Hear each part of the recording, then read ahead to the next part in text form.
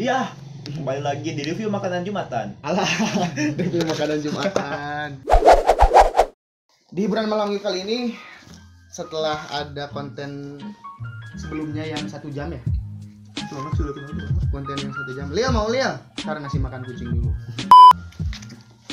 Oke. Sorry ya sambil makan sambil ngobrol-ngobrol gitu. Habis Jumatan kan dapat berkatnya gitu. Itulah alhamdulillah. Dapat ini respect banget. Selain mungkin dapat dengan pahala, ya dapat juga rezeki langsung. Ya, gitu lah. Jadi yang Anda yang belum Jumatan lah ya. Di sini nih daerah sini aja Jumatannya lumayan dapat ayam bakar. Di video kali ini gue pengen ngebahas tentang gimana sih caranya sukses di SBMPTN. Karena bridgingnya kasar. Karena gini, sekarang tuh bulan Januari dimana anak kelas 12 tuh kan mau masuk kuliah gitu kan. Dan ada yang masuk SNPTN, ada yang SBM. Kebetulan ini si Ujan ini dia lulus SBMPTN. Nah, sebelumnya kalau yang video SNMPTN ada tuh si Arsa kalau SNMPTN. Ada di video sebelumnya, nanti videonya adalah di deskripsi lah, nanti ada. Ya, sekarang kita ke tipsnya gitu kan. Tips untuk cara pengalaman dia yang lulus SBMPTN kayak gimana sih gitu. Awalnya ikut SNPTN enggak? Ikut bareng sama si Arsa Bareng. Nah, itu kan dari jurusan IPA nih. Jurusan IPA, nah kalau misalnya sama kita baru semester 1 sama-sama seni musik, ngambilnya jurusan pendidikan seni musik. SNMPTN. Cuman karena jurusan pendidikan seni musik itu harus bikin portofolio karena emang lintas jurusan kalau nggak salah dari lintas jurusan. Bukan lintas jurusan tapi emang harus nyantumin portofolio mau dari IPS mau dari IPA. Nah, kita tuh berdua bikin bareng dan sebagainya gitu, bikin bareng. Nah kebetulan waktu itu karena emang waktunya agak mepet sama emang enggak waktu itu untuk sense musik emang kurang gitu untuk sendiri waktu buat SNMPTN. Jadi bukan sengaja sih udah ketebak lah gak bakal SNMPTN karena emang di portofolio itu kurang udah ketebak lah gitu. Lo jurusan seni musik, oke lah kita ngobrolnya general gitu kan. Jangan bukan hanya seni musik gitu. Sorry. Yang harus diperhatikan nih untuk adik kelas kita kan, yang sekarang kelas 12, tipsnya apa, harus dipersiapkannya apa sebelum SBMPTN gitu kan. Itu bukan SBM. Ini SBM. Ini SBM. SNM nanti kita ngobrol sama si Arsa. Kalau SBM kayak gimana gitu persiapannya dan tips and trick. Kadang kan aku bingung nih jurusan apa ya nggak. Terus jurusan ini peluangnya kayak gimana nih gitu. Takutnya kan peluangnya kecil segala macam, itu juga kan yang menentukan gitu. Gimana sih? Apanya dulu nih kita pertanyaan dulu. Ya dari awal aja. Supaya berhasil yang harus dipersiapkan. Lu dulu kayak gimana sih gitu. Kita jangan dulu ke persiapan SBM kali ya, tapi fokus buat nyari jurusan dulu. Ya. Maka itu yang sebelum tes daftar itu harus nyantumin yang pertama itu jurusan sama PTN-nya. Jangan terlalu cepat ngomongnya. Biasa aja, jangan cepat. Nggak kedenger, serius. Gua juga di sini kayak kedenger, sumpah. Gua nggak dengernya, kayak gitu. Itu masalahnya emang gitu kalau gua tuh. Kayak jadi ya. Kita lebih panin dikit ya. Nah, untuk SBM itu jangan dulu mikirin gimana nih cara belajarnya, gimana cara harus ngapalin apa. Nah, bukan kayak gitu dulu, tapi yang pertama tuh cari dulu jurusan yang dipengenin. Pertama cari jurusan yang dipengenin karena kadang orang kelas 12 tuh mikir jurusan apa ya yang sesuai, yang cocok, yang apa gitu. Nah, kadang mereka tuh mikir kalau nyari jurusan atau kuliah di tempat biar ketika nanti lulus terus nyari kerja dapat uang banyak. Ngerti gak maksudnya? Iya, jadi kuliah buat kerja gitu. Itu salah kalau untuk sendiri itu salah. Buat gue sendiri salah. Kenapa? Karena meskipun lu ada di jurusan apapun, gak tentu sambil makan soalnya. Gak tentu ketika lulus nanti lu kerja di tempat yang ekspektasinya di situ misalnya. Wah, kuliah jurusan akuntansi misalnya, ketika lulus gak bakal jadi akuntan, belum tentu jadi akuntan, bisa jadi malah jadi petani misalnya, tapi petaninya yang emang bagus gitu, kayak bikin inovasi, bikin genetik, nah kayak gitu, jadi nggak tentu. Jadi jika kalian nyari jurusan untuk nyari jurusan untuk kuliah terus ketika lulus untuk kerja, itu salah, karena nanti ketika kuliah nggak bakal nyaman. Ngerti gak? Jadi bukan karena passion, sedangkan karena untuk ketika dia kuliah karena emang orientasinya buat kerja sama nyari uang banyak gitu. Iya sih. Tapi nggak jadi masalah juga ya. Nggak masalah. Bisa jadi orang yang memang passion dia di akuntansi misalnya. Nggak masalah. Nanti passion dia di akuntansi, kerja jadi akuntan, ya itu kan cocok berarti. Cuman kan yang terjadi ya, kita juga ngerasain lah. Adalah gitu. Sebetulnya kalau kita mikirin jurusan ini setelah mau daftar itu telat. Ulang. Jadi gini, H-1 bulan kita baru mikirin jurusan. Nah itu telat. Gitu. Harus dari sekarang, dari yang sudah dipikirkan jauh-jauh hari lah kayak gitu. Karena orang itu salah belajar UTBK dulu, baru jurusan, itu salah. Jelas, karena lebih mudah belajar setelah milih jurusan. Jadi terfokus ya. Jadi fokus misalnya nih, kalau misalnya belajar dulu terus milih jurusan misalnya, itu salah, karena misal nih belajar UTBK, belajar gini, kita fokus ke matematika misalnya, ternyata ketika udah nemu jurusannya itu malah kita ambil seni musik misalnya nih, nah itu salah, karena di seni musik bukan tidak mempertimbangkan ya, tapi untuk nilai matematika itu di nomor sekian kan. Jadi gini, maksudnya gini mungkin ya, kita saya nih masuk ilmu politik misalnya ya, politik. Kemudian saya SBMPTN-nya Soshum berarti kan? Iya, Soshum. Terus sebelumnya karena saya jurusan IPA, belajarnya IPA gitu kan. Akhirnya waktu ngelihat soal Soshum, jadi harus jurusannya dulu nih. Jadi kenapa jurusan dulu, biar ngerjain soalnya, tahu nih ngerjain soal apa aja. Ya. Itu penting. Contohnya kayak tadi, kayak contoh yang dikasih Abah sama Bian gitu. Udah milih jurusan, terus setelah milih jurusan, pilih juga PTN-nya apa. Ini nih, habis jurusan baru PTN. Iya. Oh iya. Kenapa? Karena kalau misal jurusannya nih udah jurusannya yang dipengenin, tapi ternyata malah milih PTN yang banyak saingannya, sama aja bohong. Bukan sama aja bohong, cuman peluang masuknya lebih kecil. Berarti harus pinter-pinter nyari peluang, lihat peluang. Contoh, saya waktu itu SBMPTN ke Unpad sama UNES juga sama. Ya, Unpad sama UNES waktu itu. Iya. Ilmu politik. Ternyata peluangnya itu dari dua universitas itu memang ilmu politik dua-duanya memang ketat. Alhasil ya saya nggak diterima di SBMPTN. Berarti peluang juga harus melihat gitu kan.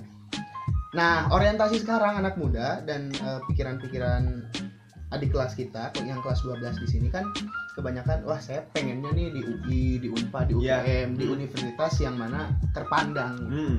Nah, itu kalau misalnya untuk masalah tadi nggak masalah, misalnya memilih UI, milih UGM, milih UI ITB misalnya, ataupun PTN yang kelas atas lah, tanda kutip kelas atas, nggak masalah. Cuman bukan merendahkan, tapi lihat potensi diri.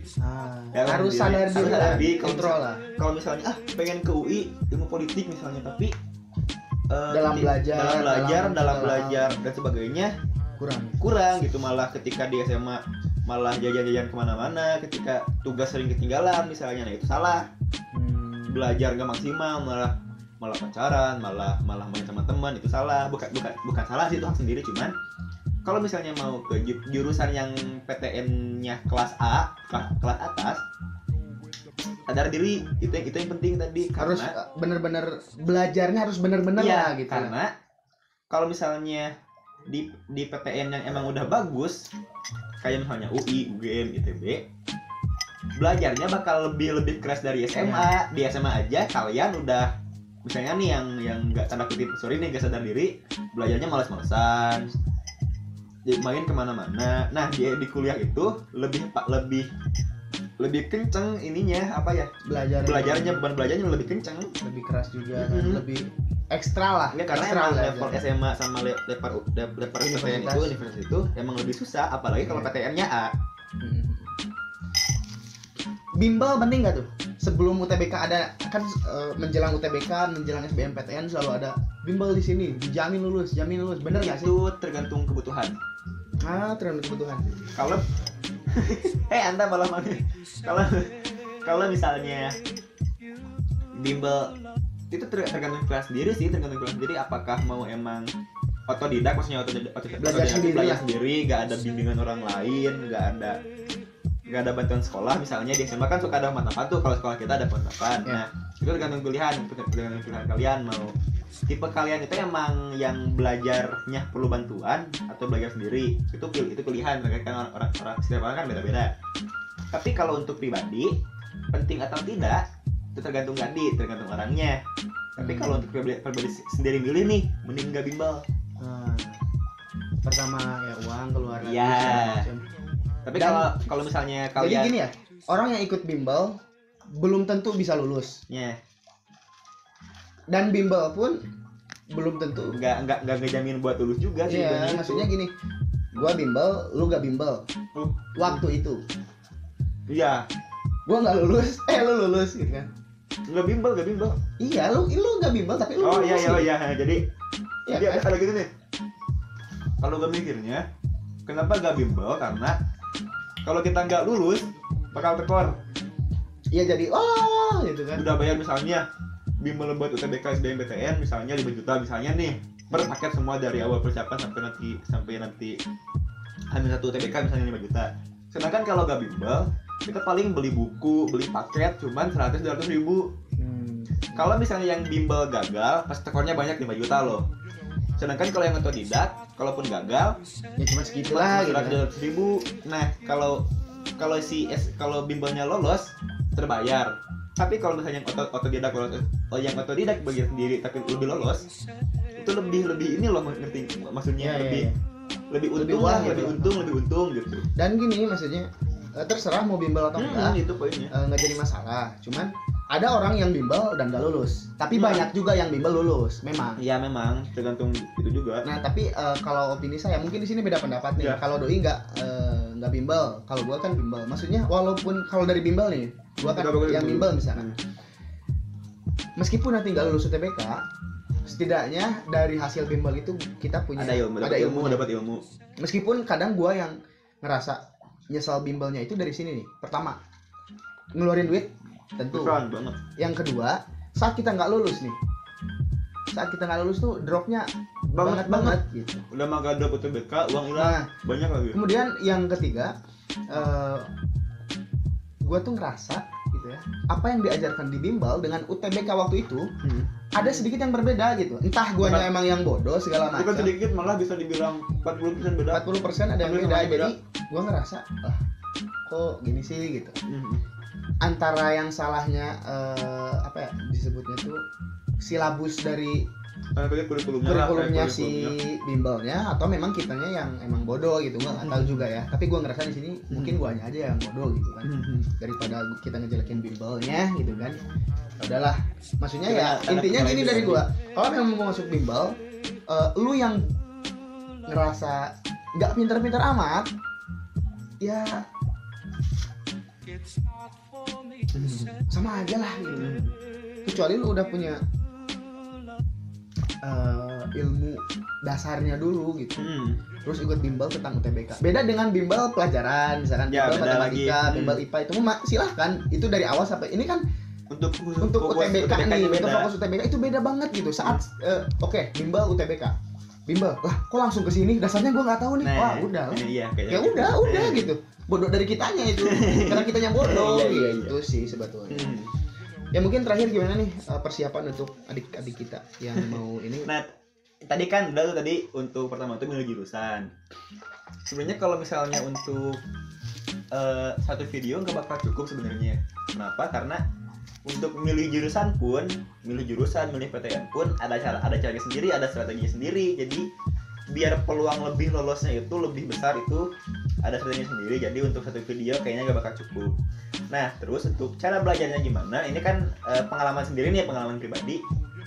Biar lulus UTBK SBMPTN itu orang-orang kan belajarnya beda ya. Ada yang belajar jam 12 malam, ada yang belajar jam 2 pagi biar materinya masuk.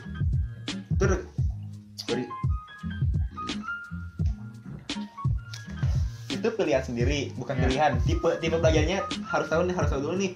Gua tuh tipe belajarnya kayak gimana?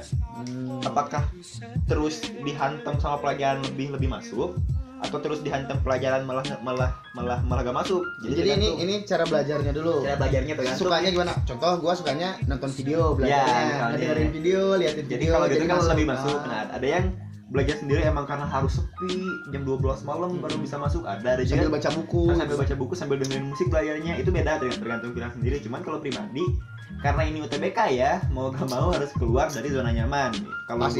Kalau gue sendiri, zona nyamannya itu belajarnya dengerin musik dulu, baru belajar.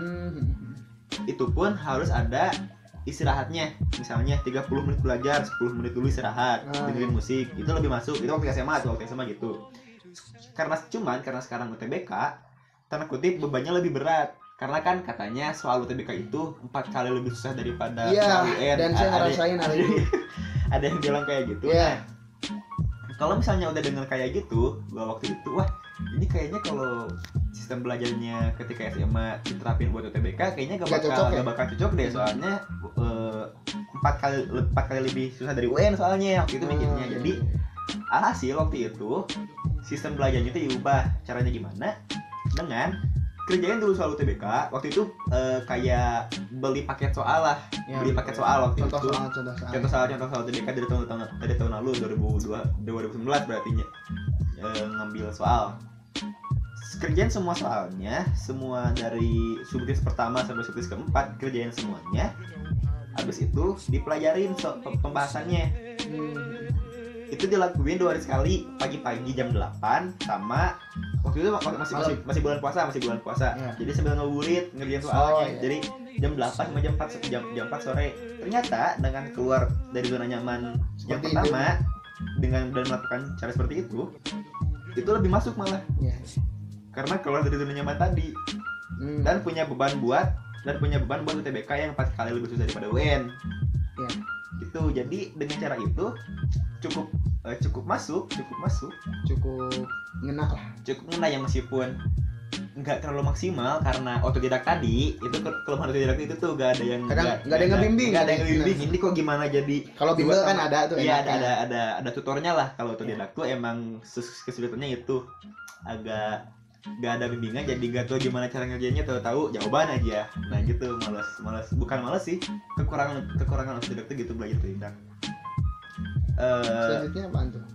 Selanjutnya setelah cara belajarnya harus dirubah. Cara belajar diubah, terus habit apa lagi yang harus ada perubahan? Habit apa? Kebiasaan apa lagi ya? Itu rambut.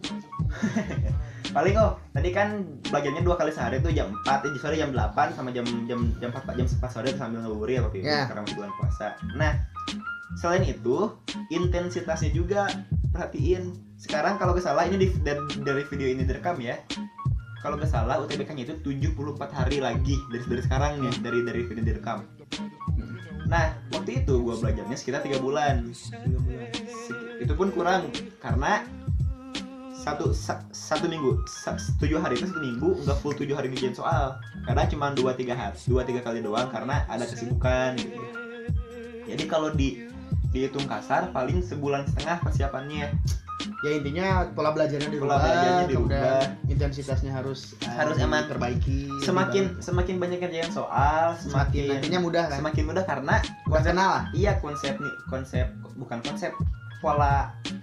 Ya pola soalnya sama dari tiap tahun masih kayak gitu, gak tiba-tiba 2019 belajar A, tiba-tiba 2021 jadi ke E, nggak bakal. Soalnya pasti bakal sama gitu lagi polanya. Jadi semakin sering kita ngerjain soal bakal tahu, wah ini mah soal yang kemarin nih, ngerjainnya sama, pola soalnya sama. Jadi gampang ya, tinggal ketik selesai. Nah, soal-soal yang paling sulit waktu SBMPTN apaan tuh? Soal apa? Logika atau soal yang lain? matematika sih kayaknya. Tiap orang gitu deh masalahnya matematika. Ya, berarti itu yang harus diperhatikan ya. Belajar matematika agak lebih ditingkatkan. Meskipun tadi di awal bilang matematika enggak di semua jurusan diperhatiin, tapi itu ngebantu kan? Itu ngebantu juga. Dan karena itu yang paling sulit. Iya, karena yang paling sulit jadi nilainya juga bakal lebih besar gitu diambil sama PTN-nya. Ya gitu kali ya tipsnya. Iya, tergantung nih kalau misalnya satu video gak bakal cukup sebenarnya. Ya enggak, maksudnya ini kan tadi pertama nih kita review lagi ya. Pertama, tentuin dulu passionnya di mana untuk menentukan jurusan kemana. Ya, setelah itu baru universitas. Meskipun milih universitas itu terserah kalian. Ya. Mau yang emang kayak kampus impian. Ya kampus impian, kampus favorit dan segala macam. Tapi bagi kita berdua sama aja semua. Yang penting kitanya gitu. Kitanya yang niat belajar atau enggak, percuma masuk perguruan tinggi yang favorit tapi kitanya tidak bisa mengikuti gaya PTN tadi, ya nanti kita kalah juga. Jangan sampai nanti mentalnya down di situ. Kemudian pola belajarnya nih setelah menjelang UTBK tadi, minimal kalau dia itu H-3 bulan baru udah belajar lah, udah belajar. Udah mulai saat lah paling 3 hari sekali ngerjain soal. Ya, terus H-1 bulan baru fokus ke mana nih? Lu jurusannya kalau soshum berarti jurusan politik fokus ke teori-teori soshum gitu, teori-teori sosial gitu kan? Iya. Dan terus waktu itu juga sebelum pas sebulan juga waktu itu kebetulan pas sebulan itu udah daftar milih PTN. Nah jadi ketika 1 bulan itu kita udah harus nyari nih jurusan apa, PTN apa, kita harus udah tahu. Ya makanya persiapan kan 3 bulan dulu. Ya, 3 bulan jadi udah tahu nih kemana ya. Ketika udah 1 bulan buat daftar UTBK SBMPTN, baru ini udah serak kesini nih, pilih terus fokuslah ke sosum atau saintek. Oke, mungkin gitu aja. Untuk saat ini meskipun waktu itu TPS, itu cuma TPS doang, tapi TPS saintek sama TPS sosum beda jauh. Karena kan dia ngambil sosum. Dari saintek waktu itu TPS-nya. Ketika sharing soal emang beda soal dan meskipun ada yang sama ya tapi dan bimbel. Ya udahlah ya. Kayak gitulah. Pokoknya oke, thank you buat kalian yang udah nonton ini. Mohon maaf kalau nggak sempurna dan agak awkward gitu. Oke, nanti lebih sebagai gantinya biar siapa tahu ada anak-anak juga yang mau SMS yang SBM menonton. Nanti boleh komen di bawah. Di section komen nanti silahkan. Nanti kalau misalnya sharing ada pertanyaan bagus, nanti kalau udah kita balas kita bikin video khusus adalah nanti kita bikin video khusus tentang soal-soal yang akan dibahas nanti atau tipsnya untuk nentuin grade-nya gitu kan. Soalnya kan tadi yang jurusan juga ada caranya tadi juga bilang. Nanti kita ada pokoknya kalau misalnya ada yang nanya. Ya, terima kasih banyak karena mau shoot video yang lain juga. Kita sibuk sekarang. Ya, pengen ngumpulin video sebelum masuk semester 2 kuliah. Masih libur. Sekarang masih libur, makanya kita produktif. Gak tau kalau nanti udah mulai masuk kuliah. Semua kalian suka, jangan lupa like, jangan lupa subscribe, jangan lupa komen juga. Kalau misalkan nggak suka, silahkan kalian keluh kesahkan. Like dong, jangan dislike. Dislike aja nggak jadi masalah. Kalau kalian memang nggak suka, nggak jadi masalah. Kalau nggak suka jangan nonton dong. Ya udah sih. Oke, see you next time and bye bye.